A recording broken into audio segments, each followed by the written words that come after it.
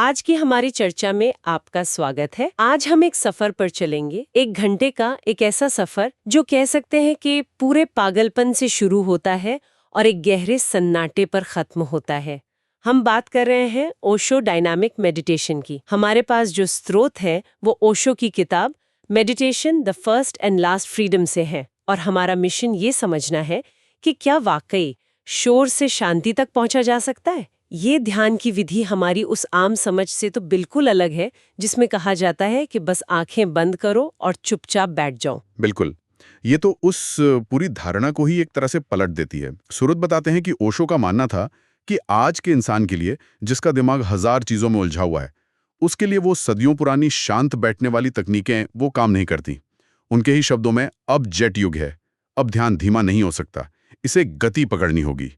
और इसी सोच ने डायनामिक मेडिटेशन जैसी सक्रिय मतलब एक्टिव मेडिटेशन विधियों को जन्म दिया। ये उन लोगों के लिए है जिनके लिए चुप बैठना एक सजा जैसा है। ये बात तो बिल्कुल सही है। आज के ज़माने में जब दिमाग में ऑफिस की टेंशन है, घर की चिंताएं हैं, सोशल मीडिया के नोटिफिकेशंस हैं, हाँ, सब कुछ एक साथ चल रहा है। सब एक साथ, तो कोई आकर कहे कि बस बैठो और कुछ मत करो, तो ये सुनने में अच्छा लगता है पर करना लगभग नामुमकिन है। नामुमकिन। मन शांत होने के बजाय और बेचैन हो जाता है। और इसी समस्या का हल है ये विधि। इसका मूल सिद्धांत बहुत सरल है। पहले अपनी पूरी ऊर्जा लगाकर, अपनी सारी भड़ास निकालकर खुद को पूरी तरह थका दो, अच्छा। ताकि शांति और सन्नाटा खुद ब खुद तुम पर उतर आए। मतलब शांत होने के लिए पहले पूरी तरह से सक्रिय हो जाओ। लेकिन यहाँ एक बहुत जरूरी बात है जो इस पूरे प्रक्रिया का, कह सकते हैं, आधार है।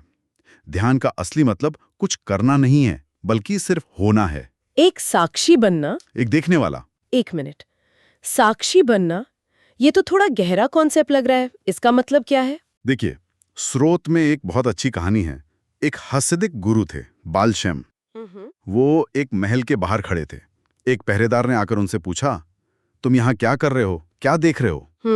तो बालशैम ने जवाब दिया, तुम बाहर इस महल की रखवाली करते हो, मैं बस उस देखने वाले को देखता हूँ जो मेरे भीतर है। ध्यान का पूरा सार इसी एक लाइन में है।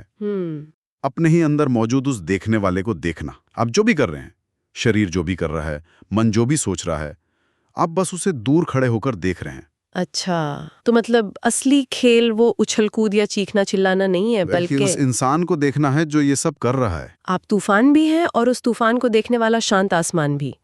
ये तो कमाल का आइडिया है। आपने बिल्कुल सही पकड़ा। यही वो धागा है जो इस पूरी प्रक्रिया को बांध कर रखता है। और ये कोई ऐसी वैसी प्रक्रिया नहीं है। ये 1 घंटे की बहुत ही वैज्ञानिक तरीके से डिजाइन की गई विधि है। स्रोत में इसे मेथड के साथ पागलपन कहा गया है, मैडनेस विद अ मेथड। इसके 5 चरण हैं और पहले 3 चरण जो हैं वो तैयारी के हैं, अंदर जमे हुए सारे इमोशंस को बाहर फेंकने के लिए, जिसे कैथारसिस कहते हैं। ये आपको उस छलांग के लिए तैयार करते हैं जो चौथे चरण में लगती है। ठीक है, तो इस सफर का पहला पड़ाव क्या है? पहला पड़ाव है 10 मिनट की अराजक श्वास, यानी कि केओटिक ब्रीथिंग, बेतरतीब सांसें। इसमें आपको नाक से जितनी तेजी से और गहराई से हो सके सांस लेनी है और छोड़नी है। कोई लय नहीं, कोई पैटर्न नहीं, बस पूरी ताकत सांस बाहर फेंकने पर लगानी है। 1 मिनट, 10 मिनट तक तेज गहरी सांसें। ये सुनने में तो थोड़ा पैनिक अटैक जैसा लग रहा है। इससे कोई शांत कैसे हो सकता है? ये तो और बेचैनी बढ़ा देगा। सवाल बहुत वाजिब है, लेकिन इसका मकसद शरीर के अंदर एक तूफान खड़ा करना है। हमारी सांस लेने का एक तय पैटर्न होता है जो हमारे डर और दबी हुई भावनाओं से बना होता है। ये तेज बेतरतीब सांसें उस पैटर्न को तोड़ देती हैं। जब आप तेजी से सांस लेते हैं तो शरीर में ऑक्सीजन की बाढ़ आ जाती है। आप अचानक खुद को ज्यादा जिंदा, ज्यादा ऊर्जावान महसूस करते हैं, एक जानवर की तरह। ये शरीर में बायो एनर्जी यानी जीवन ऊर्जा का एक बवंडर पैदा करता है और आगे के चरणों के लिए इसी ऊर्जा की जरूरत है। ठीक है, तो 10 मिनट तक तेज सांसें लेने के बाद शरीर में जबरदस्त एनर्जी भर गई होगी। अब इस एनर्जी का क्या करना है? कहीं ये फटना पड़े? बिल्कुल सही सवाल। और इसी ऊर्जा को बाहर निकालने के लिए दूसरा चरण है जो सबसे जरूरी है। इसे कहते हैं भाव विरेचन या कैथारसिस। अगले 10 मिनट के लिए आपको सचेत रूप से पागल हो जाना है। जो मन में आए वो करना है। चीखना है, रोना है, हंसना है, नाचना है, चिल्लाना है, कूदना है। अपने शरीर को पूरी आजादी दे लेनी है, कोई रोक टोक नहीं। सचेत रूप से पागल होना। स्रोत में वो कहानी है ना कि एक ध्यान शिविर में एक आदमी सब कुछ फेंकते फेंकते पेड़ पर ही चढ़ गया था। मतलब लोग इतना खो जाते हैं इसमें। क्या ये खतरनाक नहीं हो सकता? हाँ, लोग इतना गहरे उतर जाते हैं और ये जरूरी भी है। आधुनिक इंसान ने अपने अंदर इतना कुछ दबा रखा है, गुस्सा, दुख, हताशा, कि वो एक प्रेशर कुकर की तरह बन गया है। ये चरण उस प्रेशर कुकर का वाल्व खोलने जैसा है। जब आप चीखते हैं तो सालों का दबा हुआ गुस्सा बाहर आता है। जब आप रोते हैं तो बरसों का दुख पिघल जाता है। और रही बात खतरनाक होने की, तो यहीं पर वो साक्षी भाव काम आता है। आप ये सब कर रहे हैं, लेकिन भीतर एक कोना है जो बस देख रहा है। वो आपको पूरी तरह खो जाने से बचाता है।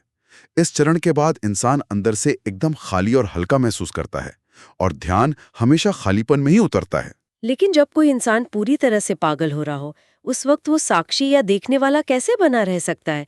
ये तो लगभग नामुमकिन लगता है। देखिए, ये अभ्यास से आता है। शुरू में आप शायद 99% खो जाएंगे और 1% याद रहेगा कि मैं देख रहा हूं। धीरे धीरे वो 1% बढ़ता जाता है। आपको बस एक छोटी सी कोशिश करनी है याद रखने की कि ये मेरे शरीर और मन में हो रहा है, मैं इसे देख रहा हूं। यही छोटी सी कोशिश आपको डूबने से बचा लेती है। समझ गई। तो पहले सांसों से ऊर्जा पैदा की, फिर उस ऊर्जा से अंदर का सारा कचरा बाहर फेंक दिया। अब क्या? अब तो काफी शांति महसूस हो रही होगी। हाँ, लेकिन अब जो ऊर्जा बची है उसे ऊपर की तरफ उठाना है। इसके लिए है तीसरा चरण, जो 10 मिनट का है। इसमें दोनों हाथों को ऊपर उठाकर एड़ी पर उछलते हुए जोर जोर से हु मंत्र का जाप करना है। आवाज पेट के निचले हिस्से से आनी चाहिए। हो, ये तो बड़ा अजीब मंत्र है। हमने तो ओम सुना है, ये हूं ही क्यों? इसका एक गहरा वैज्ञानिक कारण है। स्रोत के मुताबिक हु की ध्वनि सीधे हमारे सेक्स सेंटर पर चोट करती है। अब यहाँ सेक्स सेंटर का मतलब सिर्फ शारीरिक नहीं है। योग और तंत्र में इसे मूलाधार चक्र या जीवन ऊर्जा का मूल स्रोत माना जाता है। हमारी सारी ऊर्जा इसी जड़ में सोई पड़ी रहती है। हु की ध्वनि उस जड़ ऊर्जा को जगाकर ऊपर की तरफ धकेलती है। ओम की ध्वनि हृदय केंद्र पर काम करती है। लेकिन ओशो के अनुसार आधुनिक इंसान इतना दिमागी हो गया है कि उसका केंद्र हृदय में नहीं है। इसलिए पहले ऊर्जा को नीचे से ऊपर उठाना जरूरी है, और हु इसके लिए एक जबरदस्त टूल है। वाह! मतलब हर चीज के पीछे एक लॉजिक है। सांसें, चीखना, चिल्लाना, और अब ये हूँ मंत्र। तो अब तक हमने 30 मिनट का पागलपन कर लिया है। अब तो शरीर पूरी तरह थक गया होगा। आगे क्या है? अब आता है इस पूरे सफर का सबसे जादुई और सबसे महत्वपूर्ण मोड़, चौथा चरण, 15 मिनट का। इंस्ट्रक्टर चिल्लाकर कहता है स्टॉप, और उस एक शब्द पर आपको जहां हैं, जैसे हैं वैसे ही एक मूर्ति की तरह जम जाना है। कोई हरकत नहीं, हिलना डुलना नहीं, खांसना नहीं, कुछ भी नहीं, एकदम पत्थर। तो इतने जोरदार एक्शन के बाद अचानक सब कुछ बंद? ऐसा क्यों? यही वो छलांग है। पहले 3 चरणों में जो जबरदस्त ऊर्जा हमने पैदा की और ऊपर की तरफ उठाई, वो अब भी आपके अंदर बह रही है। जब आप अचानक पत्थर बन जाते हैं तो उस ऊर्जा को बाहर निकलने का कोई रास्ता नहीं मिलता। तो वो क्या करती है? वो अंदर ही अंदर ऊपर की ओर, आपके सिर की तरफ, सहस्रार की ओर भागती है। आपकी एक छोटी सी खांसी या शरीर का हिलना भी उस ऊर्जा के बहाव को तोड़ सकता है, उसे लीक कर सकता है। जब आप पूरी तरह स्थिर हो जाते हैं तो ऊर्जा का वो झरना आपको भीतर से नहला देता है।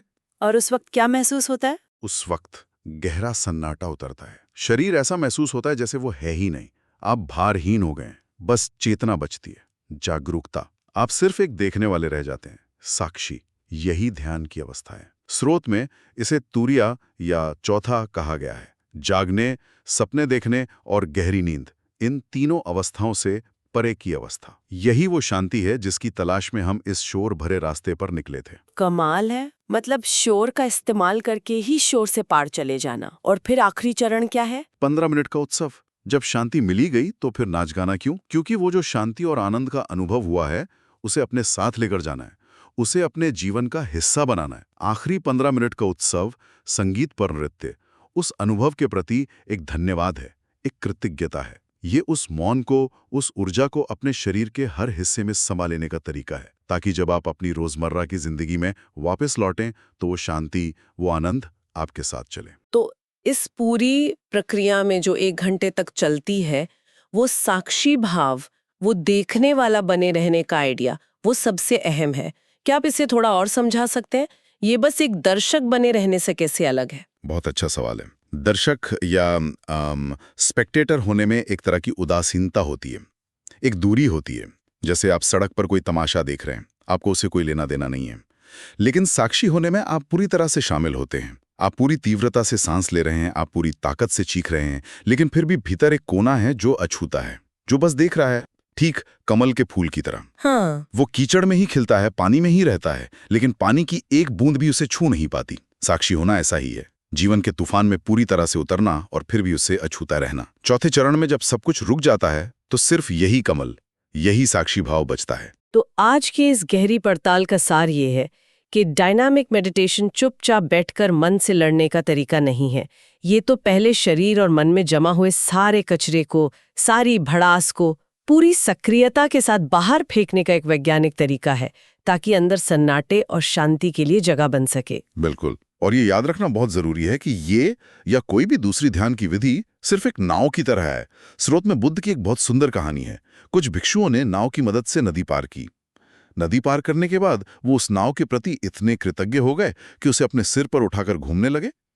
बुद्ध ने उन्हें समझाया कि नाव नदी पार करने के लिए थी, उसे ढोने के लिए नहीं। विधियों का इस्तेमाल करना है, मंजिल पर पहुंचकर उसे छोड़ देना है, उनसे चिपकना नहीं है। ये एक बहुत जरूरी बात है।